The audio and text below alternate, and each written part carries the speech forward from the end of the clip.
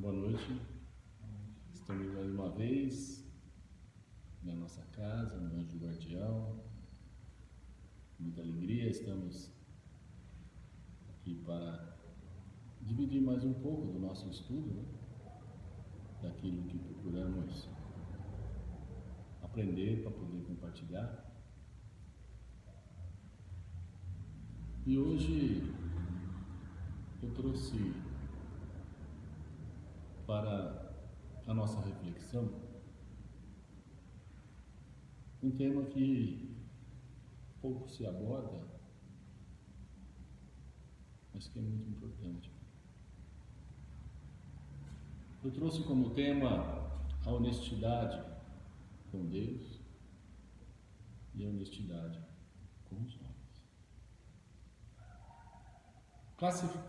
Classicamente se define a honestidade como uma disposição firme e convicta de seguir e cumprir sempre as leis. Entenda-se aqui por lei tudo aquilo que, de uma forma ou outra, foi legislado, ou foi tratado, ou contratado, combinado, e também aquilo que são hábitos, são costumes, são tradições de um povo, os seus usos. Então, o cumprimento ou não descumprimento disso tudo é o que define honestidade ou desonestidade. Então, ser honesto é cumprir essas leis e esses costumes. Cumprindo elas com os seus direitos, que ela nos dá, e os deveres, as obrigações que temos para com essas leis. Então, nós temos que respeitar o que é direito, o que é propriedade alheia. Nós temos que pagar impostos, pagar tributos, e temos também que honrar com os nossos credores, aqueles que têm haveres para conosco. Então, as leis dos homens nos dão liberdade, mas ela também nos tira, nos priva dessa liberdade, né? A lei dos homens nos garante a posse de bens, sejam de valores ou materiais, mas ela também nos tira uma parte dessa posse. E isso faz parte do convívio em sociedade. E para a harmonia da sociedade, nós temos que respeitá-las.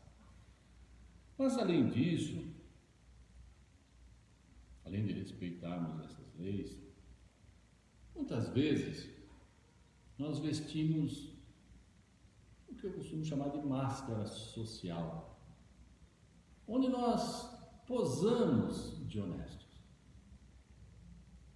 posamos de cumpridores dos deveres, cumpridores com tudo e com todos, mas no dia a dia, quando nós não estamos sendo observados, quando não há ninguém por perto, nós costumamos ou continuamos fazendo coisas que, se alguém nos visse, certamente nos censuraria, ou nos multaria, ou nos puniria. Mas se ninguém viu, aí tudo bem, né? Ninguém viu. Então, se ninguém viu, nós sentimos que nada fizemos de errado. Por quê? Porque ninguém viu. Assim que nós somos em muitas coisas. Sendo assim, o que nós fazemos de errado? Por exemplo, nós furamos uma fila. Nós passamos um sinal vermelho. Nós sonegamos impostos. Nós tentamos, às vezes, dar um agrado, seja pequeno, R$50 para um agente público, para evitar que ele nos autue por uma infração de 500. Ou ainda compramos um DVD, um programa de computador, um programa pirata. Ou para termos a net fazemos um gato. Ou fazemos também na água, na energia. E por aí vai.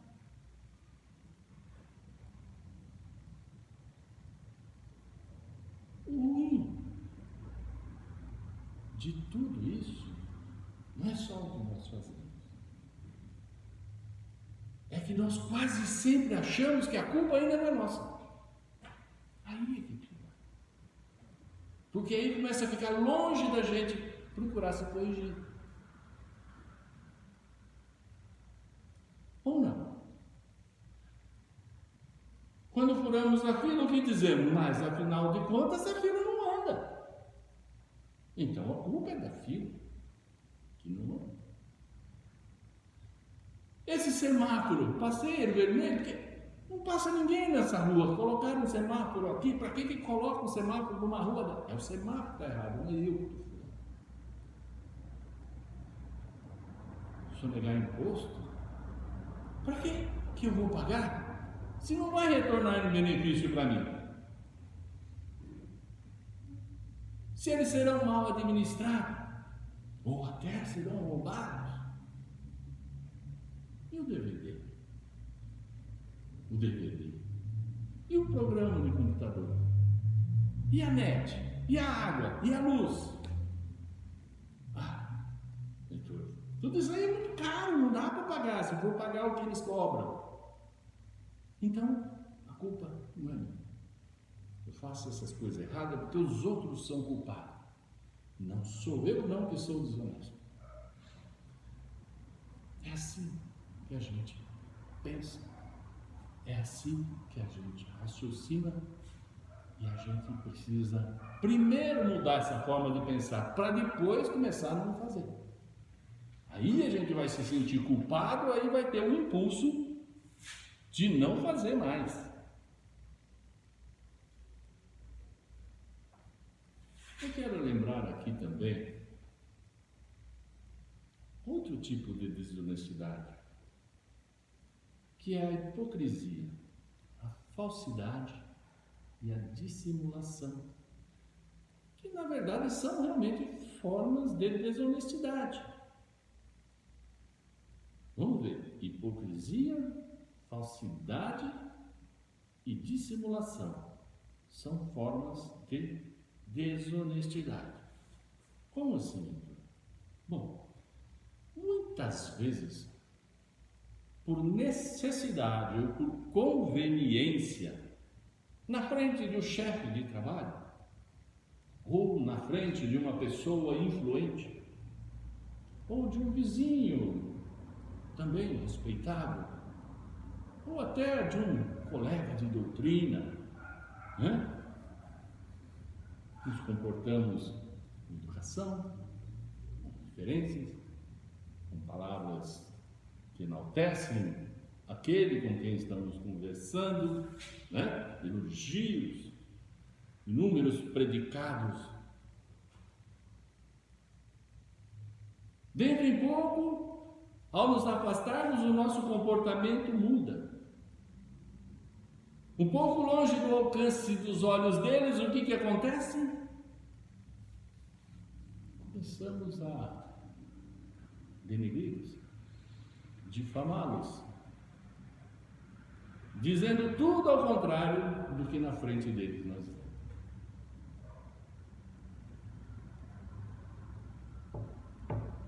Não é uma forma de desonestidade? A honestidade, nesse caso, está na condição de, com muita educação, dizermos o que pensamos verdadeiramente, mas só caso tenhamos liberdade e intimidade para com a outra pessoa. Se não tivermos essa condição, melhor nos calarmos.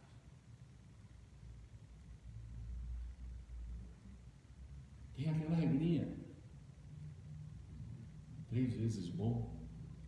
O que eu vou dizer é bom para a pessoa que vai ouvir. É bom para mim? Também não. É bom para outras pessoas? Também não. Sócrates usava isso. Para quem vai ser bom isso? Para ninguém. Então não me diga. Então você também não fale. Para que falar algo que não é bom nem para mim, nem para você, nem para ninguém?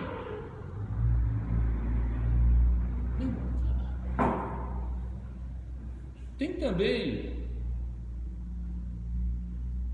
no nosso trabalho, né? Existe honestidade no trabalho. Quando a gente não cumpre o horário, quando a gente finge durante o expediente que está trabalhando, na verdade nós estamos lá na net, né? Ou fazendo algum joguinho, ou ainda fazendo, sabe o que é? A tal da Operação Tartaruga. Vocês sabem o que é isso? Operação Tartaruga no trabalho? Enrolando. Perfeito. Enrolando. Mas não é só o fato de enrolar. Tem uma terceira e mais desonesta ainda intenção. Porque vai chegando a data em que aquele serviço tem que estar pronto. O patrão nos cobra falando, mas não dá tempo, eu trabalho o tempo inteiro, você vê, eu não saio daqui da mesa. E eu não dou conta. Mas não tenho outro para fazer. Então, o que eu posso fazer, papai? Então, você faz hora extra? Eu faço. Fazer o quê?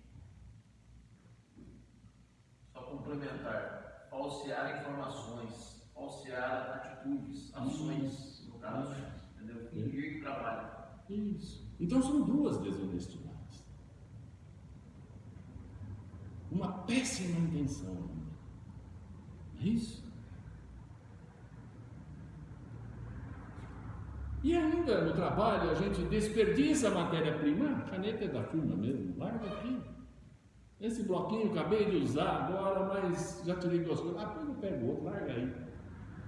E assim vai, desperdiçando material de trabalho. Não é isso? Não, gente, temos que consumir o material necessário, cumprir o horário de trabalho necessário. Se for necessário a hora extra, façamos, se não for, não façamos.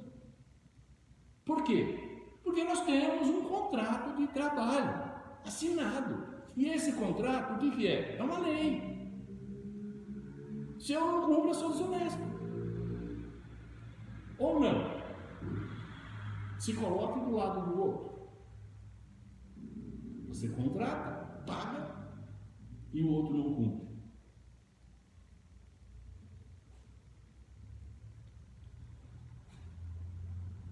Outra forma ainda,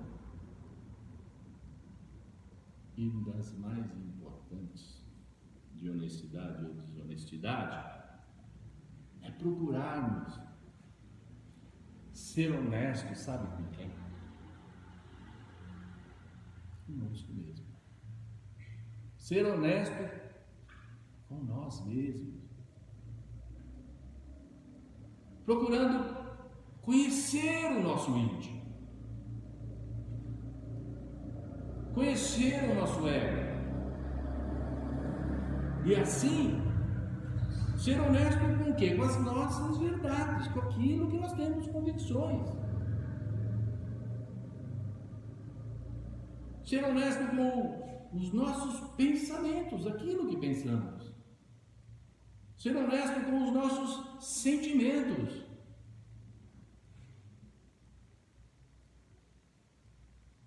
Com as nossas vontades. Gente, isso é muito importante. Pois todos esses requisitos de sermos honestos conosco mesmo, e não sermos falsos com o que nós pensamos, com as vontades que temos. Tudo isso, todos eles são requisitos indispensáveis para a nossa evolução e para o nosso crescimento espiritual, que é o que nós viemos fazer aqui na Terra. A nossa esclarecedora doutrina espírita, em um de seus capítulos, quase nunca comentado, eu praticamente não tenho ouvido falar sobre isso, mas ela nos elucida em mais algum tipo de atenção que nós temos que ter com relação à honestidade. E eu estou me referindo ao nosso livro, O Céu e o Inferno. Lá é um dos nossos 5 livros do Pentateuco. E nesse livro, lá no capítulo 3º, o título desse capítulo é Espíritos em Condições Medianas. Tem um depoimento muito esclarecedor, gente. Muito esclarecedor. O espírito se chama Joseph Bré, em francês. Joseph Bré. Ele faleceu em 1840 e em 1862, 22 anos depois, ele foi evocado lá em Bordeaux pela equipe de Allan Kardec. Então, Allan Kardec fez uma lição para ele sobre o tema: o homem honesto segundo Deus e o homem honesto segundo os homens. E Kardec perguntou assim: pode o amigo me dizer como é que o senhor está entre os espíritos? 22 anos já, né? E dar alguns pormenores que sejam instrutivos para o nosso progresso. Ele respondeu: sim, eu ainda sofro as consequências da minha falta de fé, mas a bondade de Deus é grande, consideradas as circunstâncias em que as coisas acontecem. Sofro, não da forma como que vocês pensam ou imaginam, mas eu sofro pelo arrependimento de não ter empregado bem o meu tempo aí na Terra. Olha isso, 22 anos depois, sofria por não empregar bem o tempo dele aqui na Terra. Vamos ver o que mais que ele nos ensina. Aí Kardec perguntou, né? Mas como o senhor não empregou bem o seu tempo? Nos consta que o senhor sempre viveu como um homem íntegro e honesto. Aí Jesus respondeu: sim, fui sim honesto, mas honesto no ponto de vista dos homens. Mas há um abismo entre ser honesto diante dos homens e ser honesto diante de Deus. Entre vocês, as pessoas são estimadas quando respeitam as leis do seu país. E esse é um respeito variável para muitos. E quando não fazem mal ao próximo, quando não lhe roubam, tomando-lhe seus bens, então não é considerado honestidade. Mas lembre-se que frequentemente na Terra se toma sem nenhum escrúpulo a honra alheia através da maledicência. A gente pratica a maledicência com uma simplicidade. Nós estamos cometendo um crime perante Deus, não perante os homens. Ou ainda, diz ele, se lhe rouba a felicidade. Como assim? Com mentiras, com fofocas. Se destrói lares, casamentos, amizades. Uma vez que o Código Penal ou até a opinião pública não possa atingir o culpado, hipócrita, então fica por isso mesmo. Mas perante Deus, não. Perante Deus comete-se um grande erro. Então não é suficiente, continua ele dizendo, ter respeitado somente a lei dos homens. Para ser honesto diante de Deus, antes é preciso não ter transgredido as leis divinas. O homem honesto diante de Deus é aquele que, cheio de devotamento e de amor, consagra a sua vida ao bem do próximo, ao progresso de seus semelhantes. Ele deve ensinar aos seus irmãos o amor ao trabalho. Ele deve ser também ativo nas boas obras, sem esquecer que ele é apenas um servidor ao qual o mestre um dia lhe pedirá contas. Pedirá contas como foi que ele empregou o seu tempo. Aí estava o sofrimento. Quando lhe pediram conta do tempo que ele usou bem ou mal. Continua ele dizendo que a gente deve sempre pregar o amor ao Senhor, Deus e ao próximo. O homem de bem diante de Deus deve evitar palavras mordazes, maldade escondida entre flores, que destrói as reputações e frequentemente mata a moral do próximo, cobrindo-o de ridículo. O homem honesto diante de Deus deve sempre ter o coração fechado à menor semente do orgulho, da inveja e da ambição. Ele deve ser paciente e doce com aqueles que o atacam. Olha isso. Paciente e doce com aqueles que o atacam. Ele deve perdoar. Perdoar do fundo do coração. Sem ter que se esforçar para isso, com naturalidade. E, sobretudo, sem ostentação, ou seja, sem divulgar que estava perdoando. Perdoar em sentimento. Perdoar a qualquer pessoa que o tenha ofendido. Esse é o homem que cumpre as leis de Deus. Ele deve ainda amar o seu Criador. E amar o seu Criador é amar todas as criaturas, porque o Criador está representado nas criaturas. Ele deve, enfim, pôr em prática esse resumo tão sucinto e tão grande dos deveres do homem. Jesus pôs em 2 frases: amar a Deus acima de tudo, né? E ao próximo como a si mesmo. Eis quase tudo que deve ser o homem honesto diante de Deus. Bem, conclui ele, o Joseph. Eu fiz tudo isso?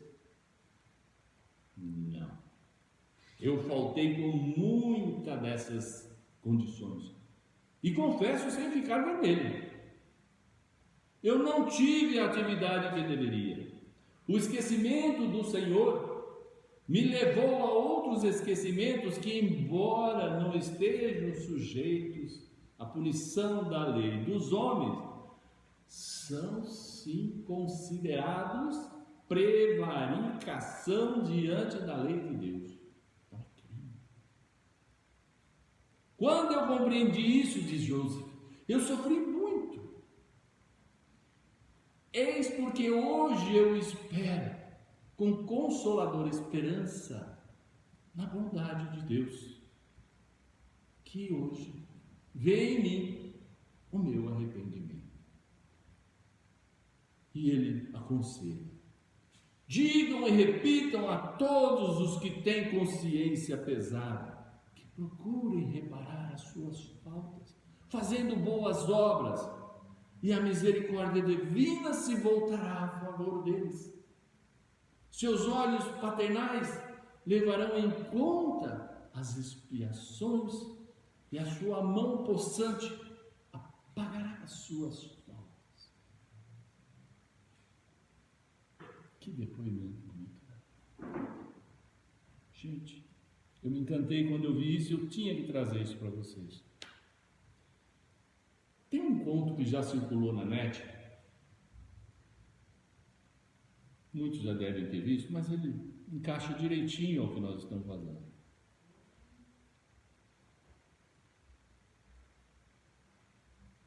Quem já ouviu vai entender melhor pelas abordagens que estamos fazendo.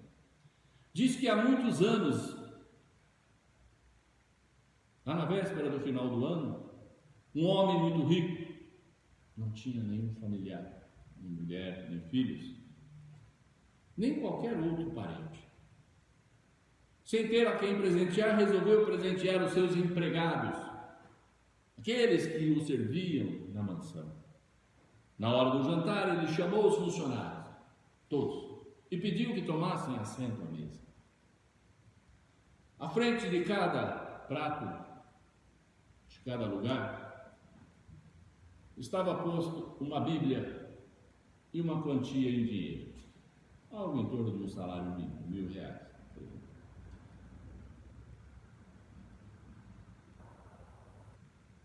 Depois que todos se acomodaram,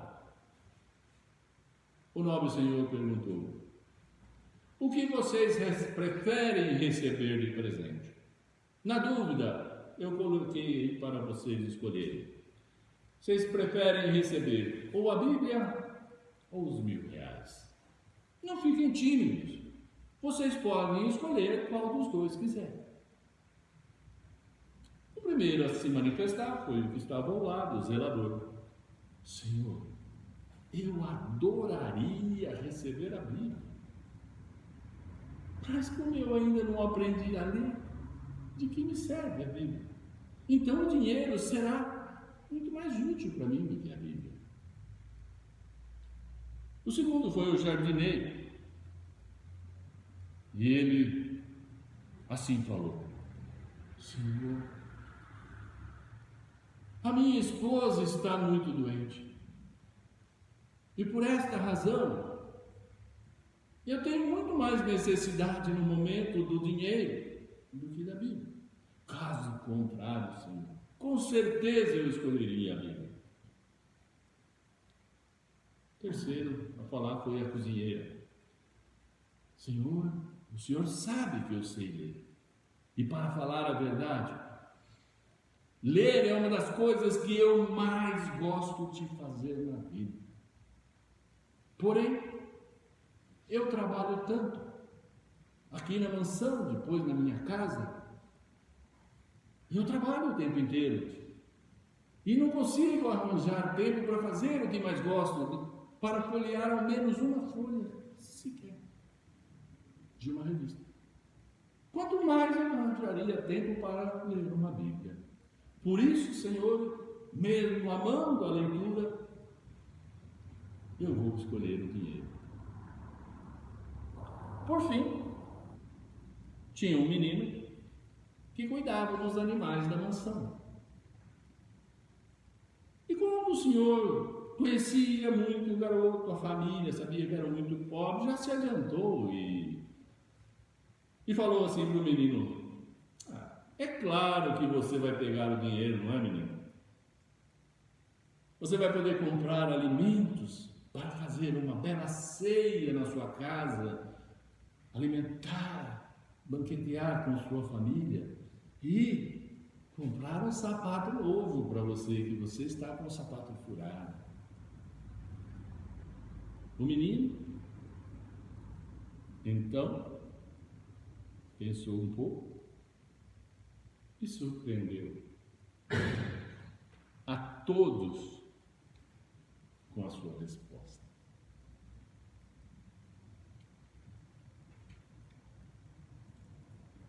Meu generoso patrão, não seria para mim nada mal comprar um peru e outras comidas saborosas para dividir com meus pais e meus irmãos que passam tantas necessidades. E eu, particularmente, como o senhor vê, estou precisando muito de um par de sapatos novos, já que os meus estão muito velhinhos. Mas, mesmo assim, Senhor, eu vou escolher a Bíblia. É que eu sempre quis ter uma Bíblia. Desde menorzinho, a minha mãe me ensinou que a palavra de Deus vale mais do que ouro. E que, além disso, ela é muito mais saborosa, mais doce do que um favo de mel. E o menino recebeu a Bíblia e, de imediato, ele já folheou. E, ao abri-la, encontrou 12 envelopes.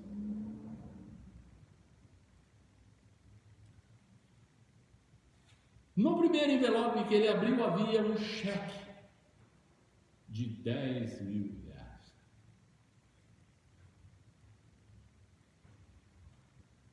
Havia um cheque de 10 mil reais dentro da Bíblia. No segundo, estou precisando tomar água mesmo. Já no segundo envelope havia um documento, uma certidão, que fazia daquele que escolheu a Bíblia o único herdeiro de toda a fortuna do velho patrão.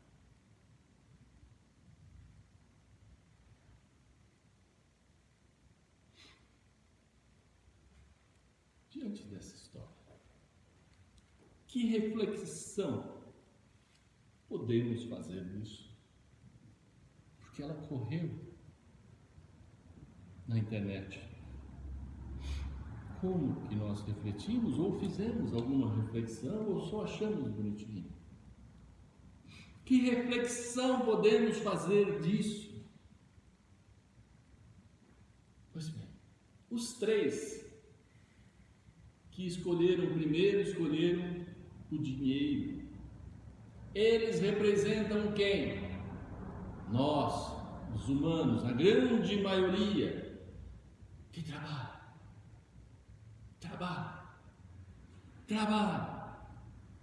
para ganhar dinheiro. E nunca sentem que o que já tem é o suficiente. Seja essa quantia pouco ou muito, nunca acham que tem o suficiente. E com todo esse empenho no trabalho, não conseguem destinar sequer 1 hora por semana para se preocupar e cuidar das coisas de Deus. Vocês estão dedicando 1 hora nessa semana. Parabéns. Já o menino, que mesmo com tantas necessidades e com tão poucos conhecimentos pela sua tenra idade, já tinha sabedoria de que os grandes tesouros da vida não estão no dinheiro, e sim no aprendizado e na aplicação dos ensinamentos de Deus. E isso está na Bíblia. É na Bíblia, no Evangelho de Jesus, que está a maior riqueza que existe na terra. Alguém duvida? Eu não.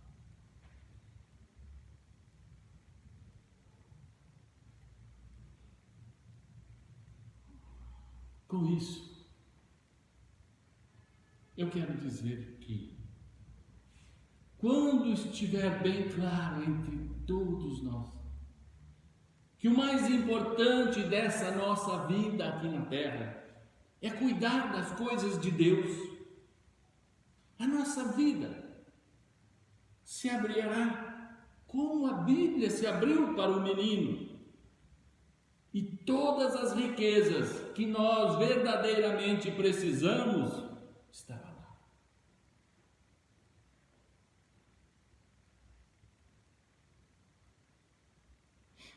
As leis de Deus, como amar a Deus sobre tudo e amar ao próximo como a si mesmo, as leis da caridade, a lei do perdão, da paciência, da humildade, elas funcionam em consonância com a lei de ação e reação. Todas as leis de Deus funcionam com a lei de ação e reação. Com o julgamento dessa lei acontecendo como um ato reflexo, fez isso, refletiu naquilo, plantou, colheu.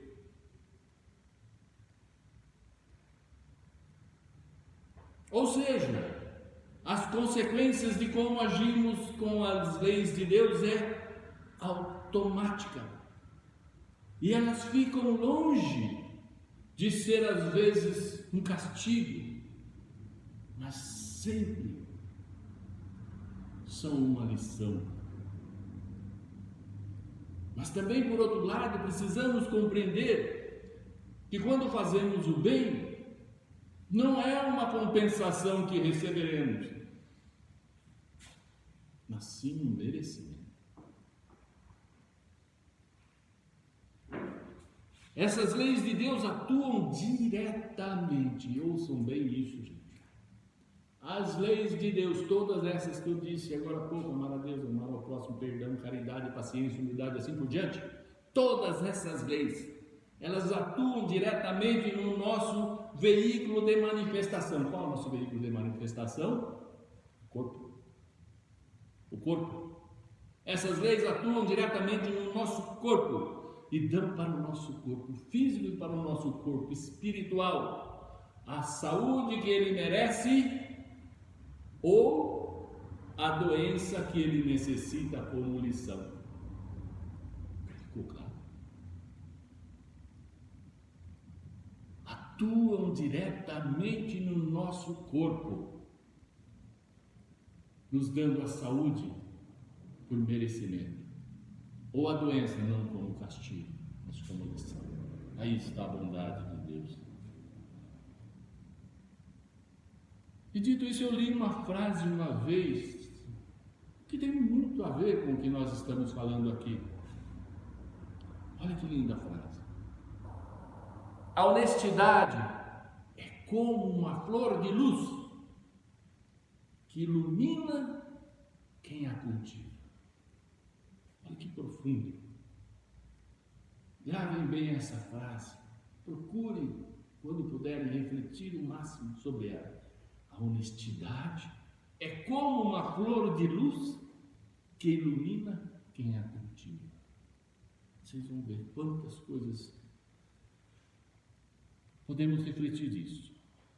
Mas para reforçar ainda a constatação de que não é só entre os cristãos que a honestidade prevalece, mas também sobre outros povos, por exemplo, os orientais, eu trouxe uma outra historinha, um outro conto. Eu já estou a contar a história. Conta uma lenda que há 250 anos antes de Cristo, um príncipe na região norte da China, seguindo as tradições locais da região e do país, pela idade que ele estava, ele precisava se casar. Procurando atender a isso, almejando o casamento, o príncipe fez um convite solene para todas as pretendentes à princesa do seu reino. Compareceram a esse convite as mais lindas e requintadas moças do seu império, e dentre elas uma donzela, linda também, mas de família humilde, visto que ela era filha da camareira do palácio do príncipe. A sua mãe, sabendo que ela amava o príncipe, para evitar que ela tivesse a certeira decepção, tinha tentado demovê-la desse intento de se candidatar, mas ela alegou para sua mãe que estava ciente que não tinha nenhuma chance de competir com as demais. Mas, como ela amava o príncipe, né? Só o fato de estar alguns minutos ao lado do seu grande amor, para ela, já era uma grandiosa vitória. No dia marcado, estando diante de todas as candidatas, o príncipe lançou a elas um desafio. Na cultura deles, uma das tradições é a de cultivar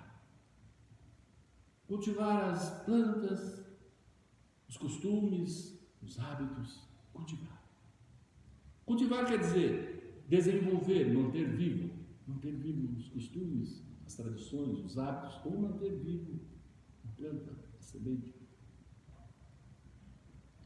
Então, diante desse hábito de cultivar, o príncipe entregou para cada uma das pretendentes uma semente e pediu que elas, atendendo à tradição, cultivassem aquela semente nos próximos 6 meses, quando seria a data delas voltarem. E aquela que tivesse melhor cultivado a semente recebida seria escolhida a noiva, seria vitoriosa.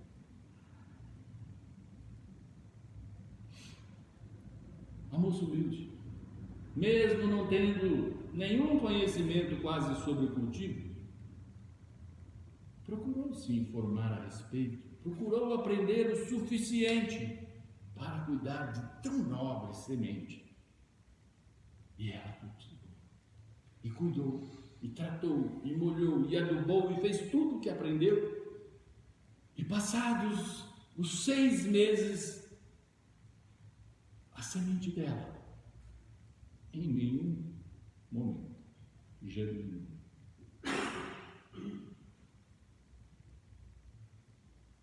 Mesmo assim, no dia marcado, ela resolveu ir ao encontro, com aquele vaso humilde e com as sementes sem germinar.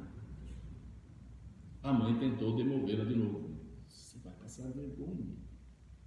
E ela disse para a mãe: não importa, que ela iria mesmo assim, pois para ela passar mais alguns poucos minutos ao lado do grande amor da vida dela seria o quê? Uma segunda grandiosa vitória. E ela se encheu de coragem e foi. No momento solene, as pretendentes à noiva, ao posto de noiva, trajando os mais suntuosos vestidos, cobertas de riquíssimas joias, portavam em suas mãos obras de artes, vasos raríssimos chineses, com flores, cada uma mais bela e mais magnífica do que a outra. E a última, com um vaso humilde e a semente sem germinar. O sábio príncipe se postou solenemente diante de cada uma delas, a reverenciou e perguntou a cada uma o nome da maravilhosa flor. E fez isso uma a uma. Até que ele chegou diante da humilde donzela com o vaso simples e sem flor. Diferentemente do comportamento dele com as outras, desta vez ele apenas a cumprimentou e perguntou o que tinha sucedido. Ela, com a voz assim, embargada, né?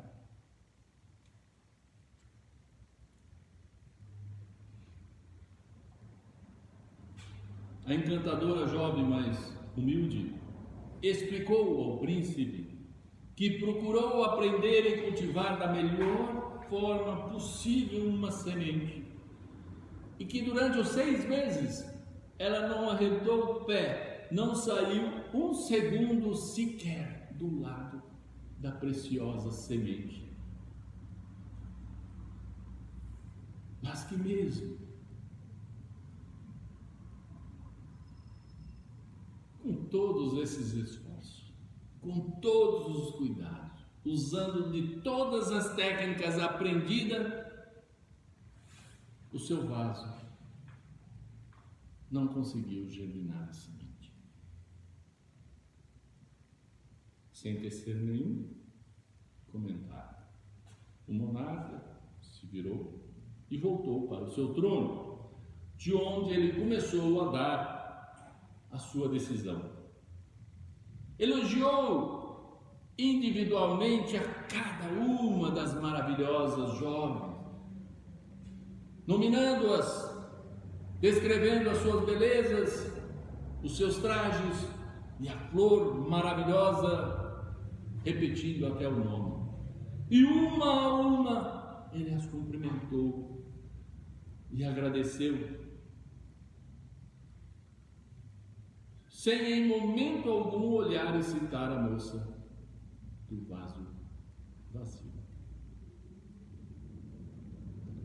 E ele agradeceu a presença de todas e complementou que elas tinham contribuído e muito para trazer beleza, charme, elegância àquele evento tão importante da escolha da sua futura esposa. Em seguida, na sua moça está com a voz embargada. Em seguida, o príncipe, fixando firmemente na humilde jovem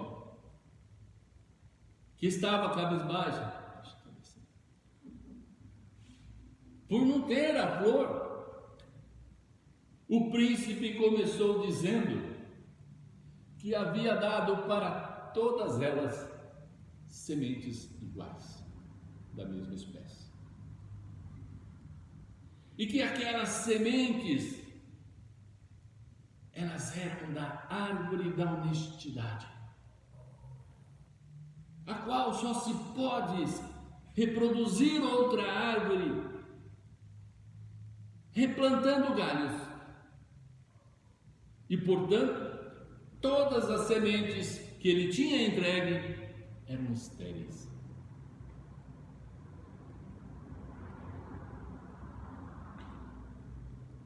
Diante do relevante fato,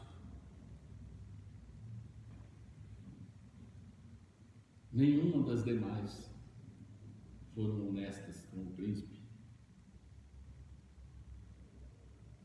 Diante desse fato relevante, a sua escolha se daria então pela jovem humilde, sem flor, que foi a única dentre todas que honestamente cultivou a semente da honestidade. Diante desta fala, deste conto nos fica o ensinamento de que muitas vezes agir honestamente nos parecerá estar caminhando para uma derrocada, enquanto nós vemos aos nossos lados inúmeras pessoas atuando desonestamente, e ao nosso ver com imenso imensa possibilidade de obterem sucesso. Enquanto nós, agindo honestamente, parece que não avançamos.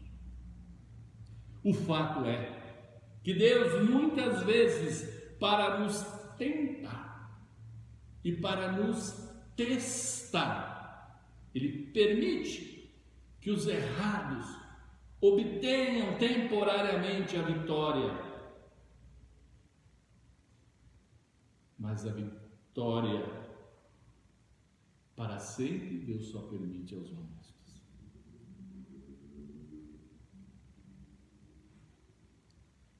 Então, meus irmãos, finalizando, diante dessa divina certeza que só os honestos terão a vitória para sempre, procuremos continuar cultivando as sementes da honestidade que a vida nos traz. E mesmo que não as estejamos vendo germinar, mantenhamos a fé.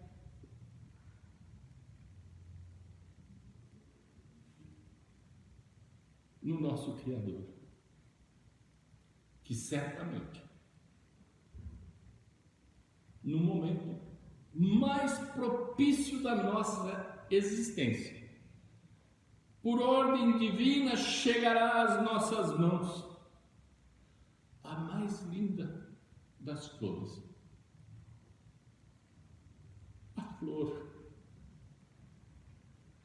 dos nossos sonhos, a chamada flor de luz, que ilumina aquele que a cultiva. Que Deus nos abençoe. Que Jesus nos abençoe.